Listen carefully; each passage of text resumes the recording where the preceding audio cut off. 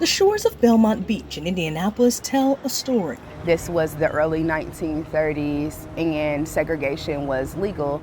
A story of triumph and a snapshot into the realities of history. There were a group of Black business owners and community-minded people who wanted to have a place of our own. But that history comes with highs and lows. The water was very polluted due to industrialization that was going on at the time. It wasn't just Belmont Beach. In the 1930s, Black people were systemically pushed to places like this, where water safety didn't really exist and drownings were frequent.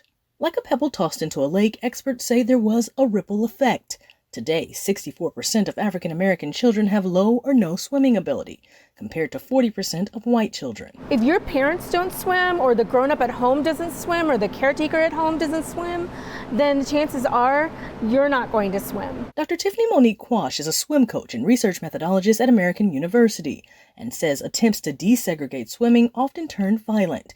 Take the 1964 wade-in in St. Augustine, Florida, for example. The Motor Lodge's manager poured muriatic acid upon people participating in a wade-in. People often think that 1964 incident is a solitary incident. However, we start to see that Black bodies are still being policed in pools. Today, barriers still exist, from a lack of access to public pools to the banning of swim caps for Black hair by the International Swimming Federation, something eventually overturned.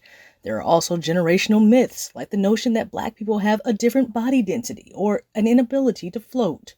Hurdles a generation of swimmers and teachers like Quash are dispelling one by one. By being present on the deck and noting the importance that representation matters, as a Black woman, it's important for other kids, particularly other Black kids, but most importantly, other kids see me on the deck.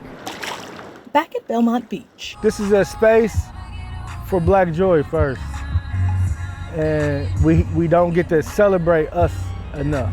Like the sands of time, which are always changing, the so-called Friends of Belmont Beach are looking forward to bringing new life to these shores while honoring the legacy of those who walked before them. Today, the group known as Friends of Belmont Beach have cleaned up the shores that went to waste after years of neglect, hosting free events and a community garden. They're also using the history to bring attention to the need for swimming lessons and opportunities for all, working with area programs to do just that. When you look out over this beach and you think about the history and the people who walk the sand here, why is it important for you to make sure that their legacy doesn't end?